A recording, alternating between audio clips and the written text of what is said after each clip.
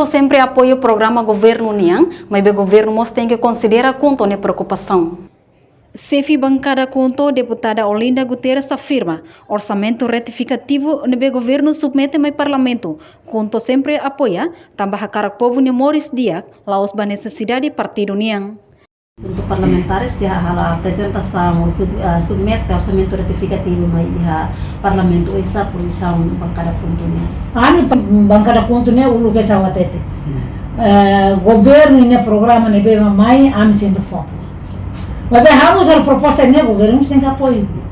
Tamanha laos susu bahane direito, haus o povo ne direito. Subsídio ne laos bahal. Laos bahal ne laos ba membro governo laos ba deputado sir. Irena vai ter masir ne be maka agora suspirará bo dulu force. Sir hama khodi be dulu ita mai 2020 dulu ta ita mai nega. Se mateu ta hamla be tama force. Halu sa. Ne ba ne hau fo apoio 100% ami bancada Conto. Ami hau promete teona, hau na declaração liu sita bolsira média, na kata ami partido Conto se for apoio. Governo ne be maka ide ne be matkar governo ami Conto se lá for apoio. Nana kata governo le lauto roha.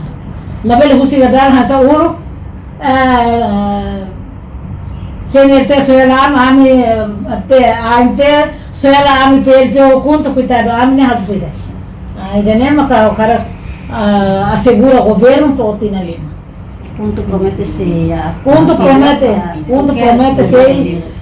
promete ne hakere que foi halaran de kata Conto ne foduni foi halaran baya governo atula bele mon. Assegura governo atula bele serviço todo na lima. Aqui a mai liga. Entretanto, o programa governo ba orçamento retificativo, dadang nesse ia processo de discussão ne larang, o enhira Conselho Ministro aprova, foi submete ma ia Parlamento Nacional ia tempo bada. Reportagem Melda Fátima, Televisão Timor Post. Janela informação ba Emma Roto. Atua tem informação atual dia Liu, que tá haluha. Haneham botão subscribe, like, halo comentário, no faz botão ba media social Roto.